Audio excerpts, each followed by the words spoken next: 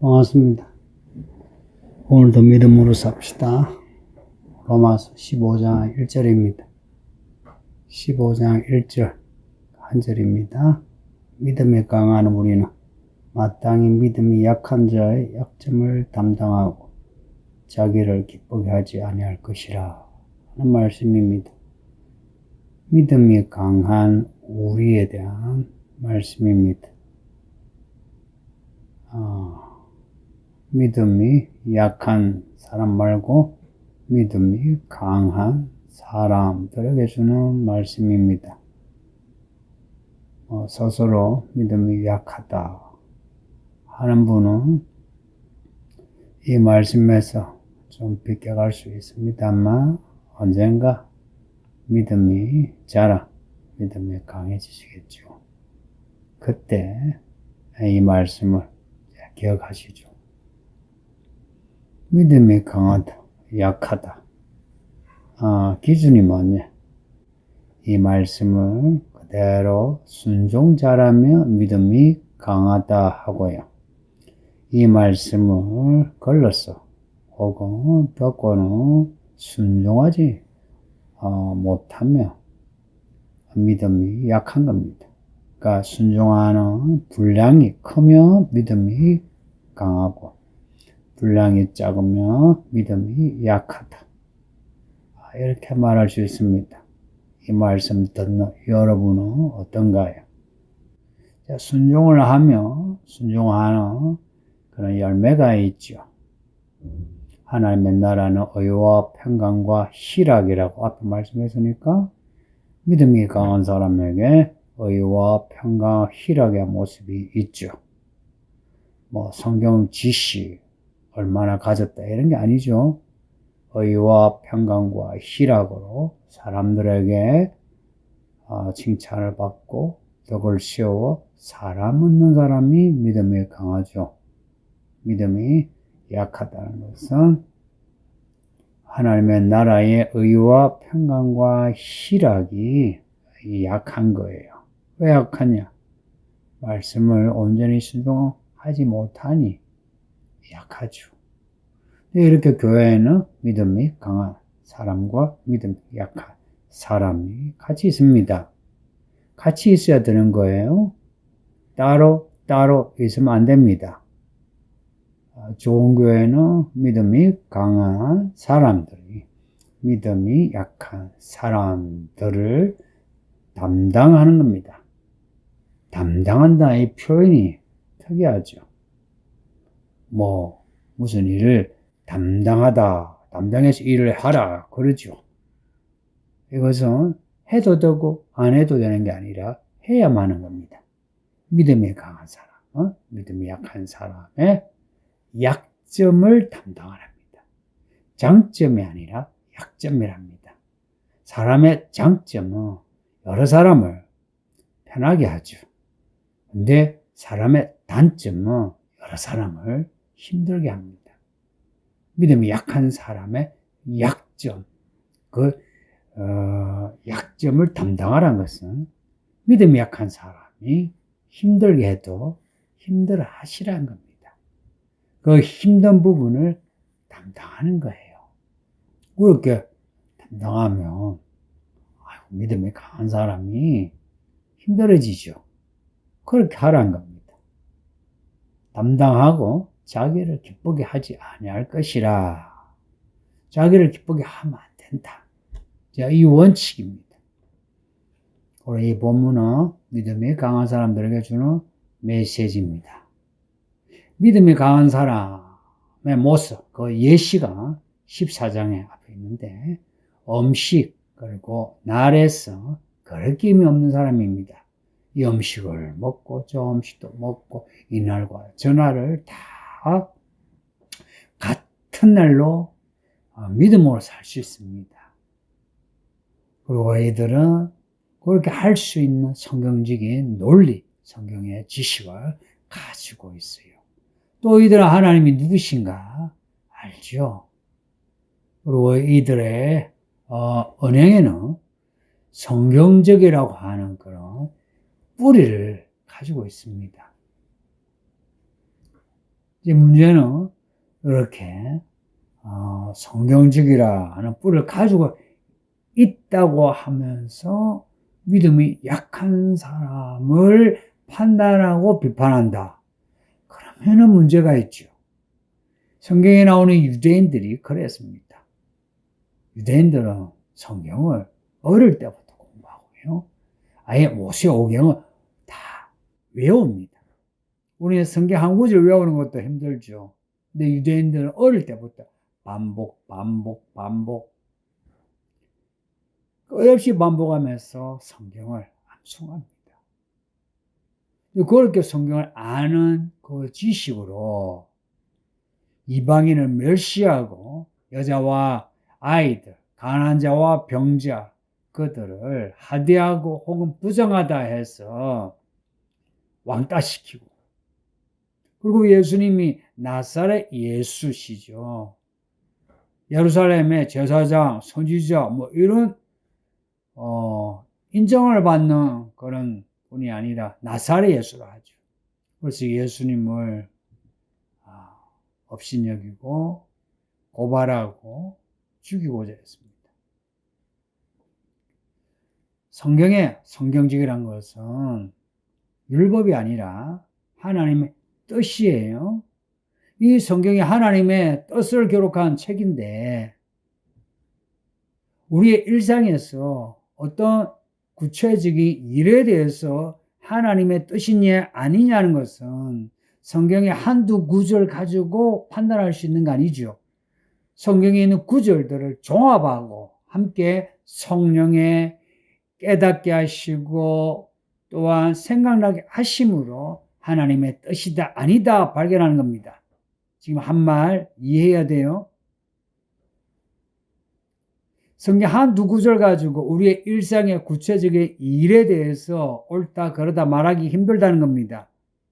성경의 구절들을 종합할 수 있는 지혜와 함께 성령의 이끄심, 생각나게 하고 깨닫게 하시는 은혜가 있어야 옳고 그름을 알 수 있다는 겁니다. 거기 앞에 나왔던 12장에서부터 나왔던 지혜롭게 분별하는 겁니다. 그럼 율법하고 하나님의 뜻이 어긋날 수 있느냐? 사실 그렇지 않아요. 사람들이 율법으로 사람을 판단한다는데 그 율법으로 제대로 판단하면 하나님의 뜻하고 일치가 되죠. 문제는 그 율법은 하나님의 완전한 말씀이에요. 근데 사람들이 지식이 부족하고 한계가 있고 몸도 그래서 그 부족한 약한 지식으로 율법을 사용하니 그 판단이 틀릴 수밖에. 그래서 우리가 아는 지식, 그 지식으로 판단하는 데 있어서 최종 판단은 하나님께 맡기는 겁니다. 그러면은 우리의 판단이 뒤집어지는 경우가 많습니다. 유대인들은 자기들의 그 판단으로 하나님이시 예수님을 대적한 거예요. 그러고는 예수님을 죽였지 않습니까? 근데 반면에 율법을 잘 몰랐던 사람들이 있었어요. 여자들, 아이들, 병자들 혹은 이방인들. 근데 그들이 예수님을 영접했습니다. 율법을 잘 모르면서 예수님을 영접하게 된 그런 이유가 무엇인가? 이들은 예수님을 사랑했어요. 혹은 예수님이 이들을 사랑하시는 거 알고서 예수님을 사랑했어요. 혹은 예수님을 신뢰하고 의지했어요. 율법은 모르나 예수님이 하시는 말씀과 그 행동으로 하나님의 아들이시다, 그리스도시다, 영원한 생수이시다 하는 것을 알고서 예수님을 믿었습니다. 그런 의지해서 예수님 고쳐주세요, 해결해주세요 했습니다. 이런 걸 보면 예수님을 아는 지식, 구원 얻는 지식은 성경의 몇 구절 아는 지식이 아니라 예수님의 그 사랑, 구원자이신 예수님을 아는 겁니다. 하나님의 사랑과 구원을 입은 사람이 예수님을 알고 구원받습니다. 하나님의 사랑과 구원을 받아들인 사람이 예수님을 알고 구원받는다 이야기예요. 예수님에게서 병이 치유되었다 해도 어떤 사람은 그냥 가버려요. 어떤 사람은 돌아와서 예수님께 감사해요. 하나님의 사랑을, 구원을 입지 않아서가 아니고 구원의 사랑을 입고서도 그 구원과 사랑을 받아들이고 예수님을 인정한 사람이 구원받는다는 겁니다. 이게 성경적인 믿음입니다. 우리 한국 교회가 성경 공부가 많죠. 세계에서 제일 많다는 소리도 있습니다. 그래서 성경 공부를 하다 보면 성경적이라는 말 많이 쓰고요. 성령의 인도란 말을 많이 쓰는데, 근데 많이 쓰는 만큼 성경적이라는 그 말, 성령의 인도라는 그 말이 그냥 버버린 경우가 많습니다. 그냥 거품이고 안에 속이 없는, 오히려 성경적이라는 그런 말과 성령의 뜻, 이런 것이 사람을 판단하고 교회를 시끄럽게 하는데 명분이 되는 경우가 많습니다. 옛날 그 유대인이 했던 거기를 답습하고 있습니다. 정말 이제 여러분이 믿음이 있는 사람인가? 그래서 다른 사람보다 믿음이 좋다 생각합니까? 그렇다면 믿음이 약한 사람을 받아주고 있습니까? 그걸 보세요. 그래서 사람을 얻고 있습니까? 여러분의 자뻑으로 사람 얻는다 하지 마시고 정말 사람들이 여러분에게 배우고 여러분을 의지하고 여러분과 함께 지금 스텝을 맞춰서 걸어가고 있느냐는 겁니다. 그래서 교회 성도들이, 교회밖에 아니에요. 교회 성도예요. 여러분이 있는 서울 이런 교회 성도들이 여러분을 칭찬하고 있느냐는 겁니다. 성도들이 칭찬하지 않는데 하나님의 칭찬을 기대할 수 있습니까? 그렇지 않아요. 이 성도들이 하나님에게서 어긋난 그런 가라지 같은 성도라면 몰라도 이들이 믿음으로 살려고 하는 성도라면 믿음이 약할지라도 이들의 판단은 옳아요. 근데 믿음이 있다 싶으면 믿음이 약한 사람을 받아주고 있느냐는 겁니다. 믿음이 약한 사람을 받아준다는 것은 그들을 내가 강 건너편에서 판단하고 비판하고 책망하는 것이 아니라 그들과 함께 있으면서 그들을 담당하는 겁니다. 그들을 담당하는, 예수님이 우리를 담당하신 것처럼 우리도 그들을 담당하는 겁니다. 그들의 약점을 담당하는 겁니다. 장점을 담당하는 게 아니고 그들의 장점을 이용하려고 하지 말고 약점을 담당하는 겁니다.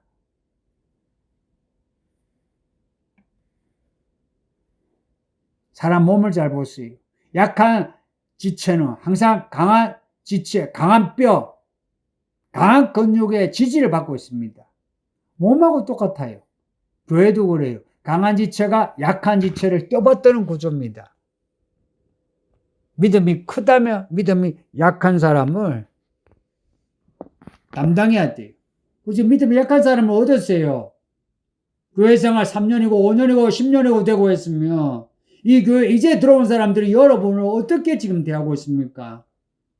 여러분을 목자로 혹은 여러분을 믿음의 선배로 여러분에게 기도를 혹은 여러분의 조언을 원하고 있습니까? 그래서 여러분이 그들의 몇 마디 그냥 훈수 떠는 거 말고요. 그들의 삶에, 그들의 믿음에 여러분이 함께 하면서 그들을 도와주고 있습니까? 그들을 질책하고 책망하고 당신 틀렸어. 그러면 안 돼. 라고 지적하는 거 말고요. 그들과 함께 하면서 그들을 도와주고 있느냐 하는 겁니다. 지금 한국교회가 왜 이리 수치를 당하느냐. 교회가요. 교회다움이 없어지고 정글이 되고 있어요. 정글. 돈 있고 지식 있고 지위 있고 나이가 있고 직분이 있으면 교회에서 큰 소리 쳐요. 교회가 그렇게 되었어요. 교회에서 돈이 없고 헌금 적게 하고 직분이 없고 하면 사람들에게 무시당하고. 서울 이기는 교회는 어떤 교회입니까? 제가 여러분을 어떻게 대해야 돼요?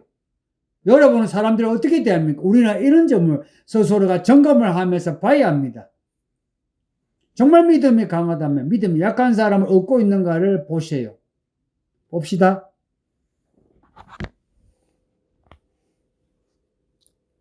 교회다움, 예수님 오실 때까지 계속 과제입니다. 우리의 믿음도 예수님 오실 때까지 온전한 믿음으로 자라야 하는 과제입니다. 그 믿음의 과제에서 가장 중요한 부분이 믿음이 약한 사람들을 어떻게 대하느냐 이겁니다. 그들의 약점을 지적하지 마세요. 오히려 담당하세요. 왜 자꾸 지적하려고 그러고 그들에게 상처를 주고 근심을 주려고 합니까?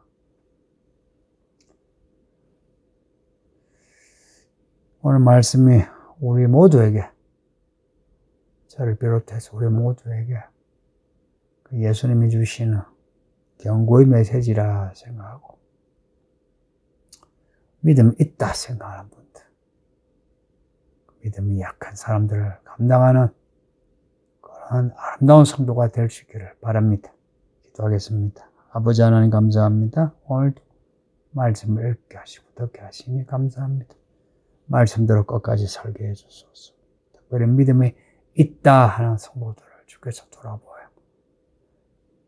믿음이 약한 사람을 담당할 수 있는 사랑을 허락하소서. 서울기는 교회가 자꾸 약하나 그리스도 예수의 그 사랑이 넘치는 교회 되게 하사 모든 교회 일꾼들이 사람 없는 사람이 되게 해주소서. 오늘도 주 안에서 살게 하소서. 주께 엉김에 의지할 때에 우리의 구원자 되신 예수여 우리를 도우소서. 구원하소서. 예수님 이름으로 기도합니다. 아멘. 성도님들 오늘도 평안하시고 다음 시간에 또 뵙겠습니다. 바이바이.